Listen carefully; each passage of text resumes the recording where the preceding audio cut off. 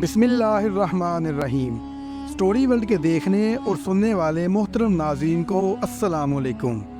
آپ دیکھ رہے ہیں سٹوری ورلڈ یوٹیوب چینل اور میرا نام ہے فرحان محمود۔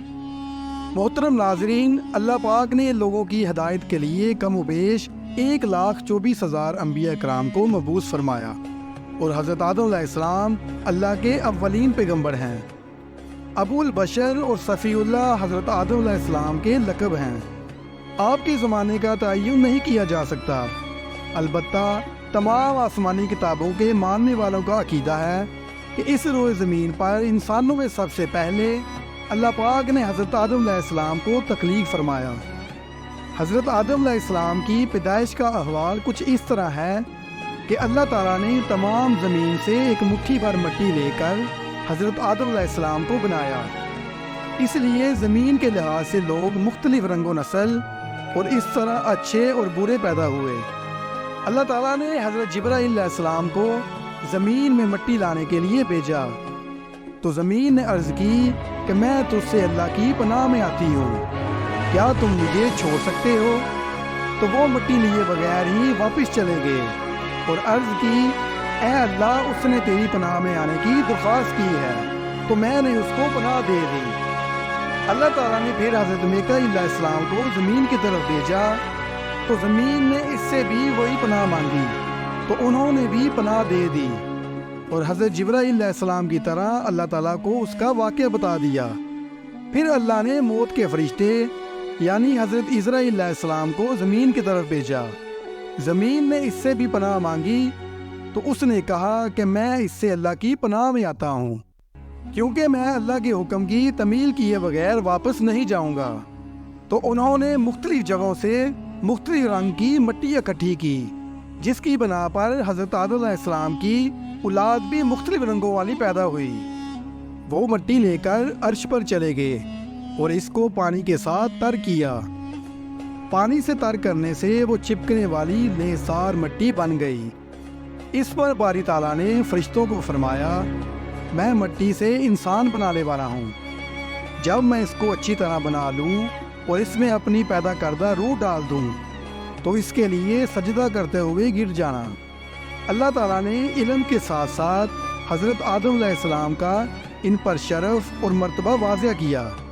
حضرت ابن عباس رضی اللہ تعالیٰ عنہ نے کہا کہ ان سے مراد وہی نام ہے جو لوگوں کے ہاں مشہور و معروف ہوتے ہیں، حتیٰ کہ پیالہ اور ہنڈیا تک کے نام بھی سکھائے گئے۔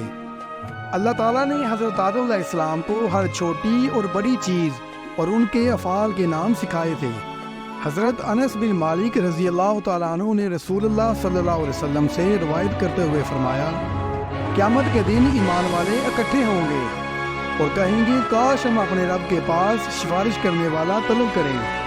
پھر وہ آدم علیہ السلام کے پاس آئیں گے اور کہیں گے، اے آدم، تو ابو البشر ہے، اللہ نے تجھے اپنے ہاتھ سے بنایا، فرشتوں سے سجدہ کروایا اور تجھے ہر چیز کے نام بھی سکھائے۔ ایک اور حدیث میں حضرت حسن بصری رضی اللہ تعالیٰ عنہ نے کہا، جب اللہ نے حضرت آدم علیہ السلام کو پیدا کرنے کا ارادہ کیا تو فرشتوں نے کہا، اللہ جو مخلوق بھی پیدا کرے گا ہمارا علم ان سے زیادہ ہوگا۔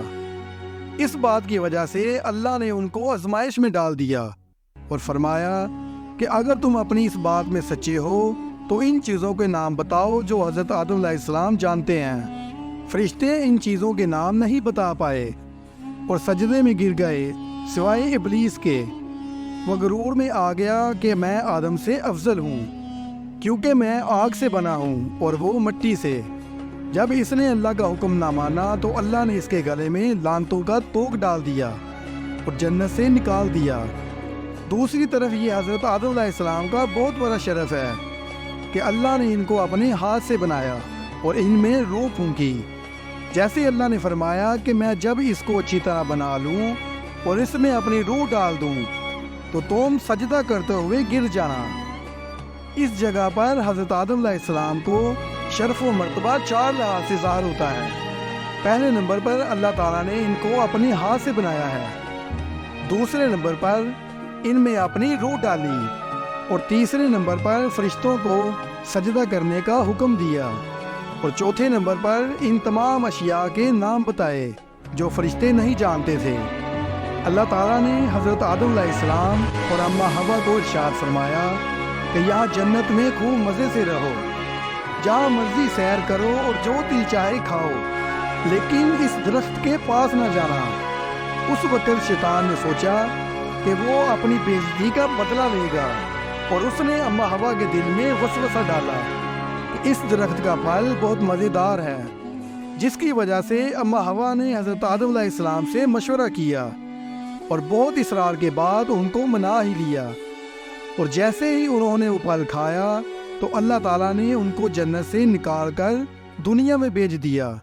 جب وہ زمین پر آ گئے تو پھر وہ اللہ تعالیٰ سے معافی مانگنے لگے، جس پر اللہ تعالیٰ نے ان کو معاف کر دیا، جس کے بعد حضرت آدم علیہ السلام اور اماں حوا اکٹھے رہنے لگے۔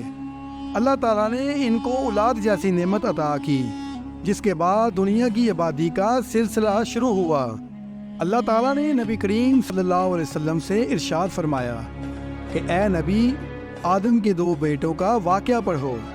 جب ان دونوں نے قربانی کی، پس ان میں سے ایک کی قربانی قبول ہوئی اور دوسرے کی قبول نہ ہوئی۔ قابیل جس کی قربانی قبول نہ ہوئی، اس نے کہا کہ میں تجھے ضرور قتل کروں گا، تو حابیل نے کہا اللہ صرف پرہیزگاروں سے قربانی قبول کرتا ہے، اگر تو مجھے قتل کرنے کے لیے میری طرف ہاتھ پھیلائے گا تو میں تجھے قتل کرنے کے لیے اپنا ہاتھ تیری طرف نہیں پھیلاؤں گا۔ بے شک میں اللہ سے ڈرتا ہوں جو تمام جہانوں کا پروردگار ہے۔ بے شک میرا ارادہ ہے کہ تو میرے اور اپنے گناہ کے ساتھ لوٹے، پس تو آگ میں جانے والوں میں سے ہو جائے، اور زیادتی کرنے والوں کو یہی بدلہ ہے۔ قابیل کے نفس نے اسے اپنے بھائی کو قتل کرنے پر ابھارا، پس اس نے اسے قتل کر دیا اور وہ گھاٹا پانے والوں میں سے ہو گیا۔ پھر اللہ نے ایک گواہ بھیجا، وہ زمین کو قرید رہا تھا تاکہ وہ اس قابیل کو دکھائے کہ وہ اپنے بھائی کی میت کو کیسے چھپائے۔ یہ دیکھ کر وہ کہنے لگا ہائے افسوس، میں اس سے عاجز آ گیا کہ میں اس کوے کی طرح ہو جاتا۔ پس وہ اپنے بھائی کی لاش کو چھپا لیتا ہے۔ اس کے بعد اللہ تعالیٰ نے قابیل کو مہلت دی اور وہ ایدن کے مشرقی جانب نود جگہ میں رہائش پذیر ہو گیا۔ اہل کتاب اس کو کنین کہتے ہیں۔ جب حضرت آدم علیہ السلام کی موت کا وقت قریب آیا تو انہوں نے اپنے بیٹے شیش علیہ السلام کو وصیت کی اور ان کو دن اور رات کے اوقات کی تعلیم دی اور ان اوقات کی عبادت بھی سکھائی اور ایک بڑے طوفان آنے کی پیش گوئی بھی کی۔ جب حضرت آدم علیہ السلام فوت ہوئے تو وہ جمعے کا دن تھا۔ فرشتے ان کے پاس حنوت نامی خوشبو لائے اور اللہ کی طرف سے جنت سے کفن مہیا کیا گیا، اور ان کے بیٹے اور وسیع شیش علیہ السلام سے تعزیت کی۔ حضرت ابی بن کعب رضی اللہ تعالیٰ عنہ سے روایت ہے کہ جب حضرت آدم علیہ السلام کی موت کا وقت قریب آیا تو انہوں نے اپنے بیٹوں کو کہا اے میرے بیٹوں، میں جنت کا پھل کھانا چاہتا ہوں۔ وہ ان کے لیے پھل لینے گئے تو فرشتے ان کے سامنے آ گئے۔ انہوں نے پوچھا اے آدم کے بیٹوں، کہاں کا ارادہ ہے؟ کیا تلاش کر رہے ہو؟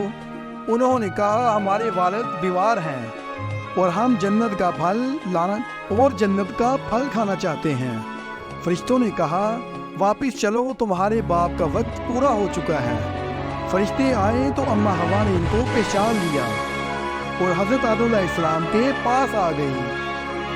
حضرت آدم علیہ السلام نے کہا مجھ سے دور ہو جاؤ، کیونکہ میں تجھ سے پہلے پیدا ہوا ہوں، لہٰذا میرے اور میرے رب کے فرشتوں کے درمیان حائل مت ہونا۔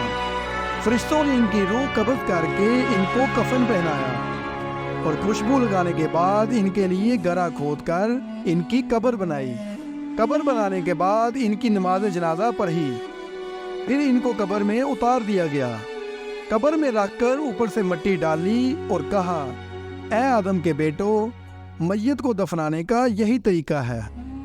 اگر آج دیکھا جائے تو جس دنیا کی آبادی کا آغاز اللہ کے پیغمبر سے ہوا تھا، ان کی اولاد ان کے راستے کو چھوڑ کر دنیا کی مستیوں میں بھٹک گئی ہے۔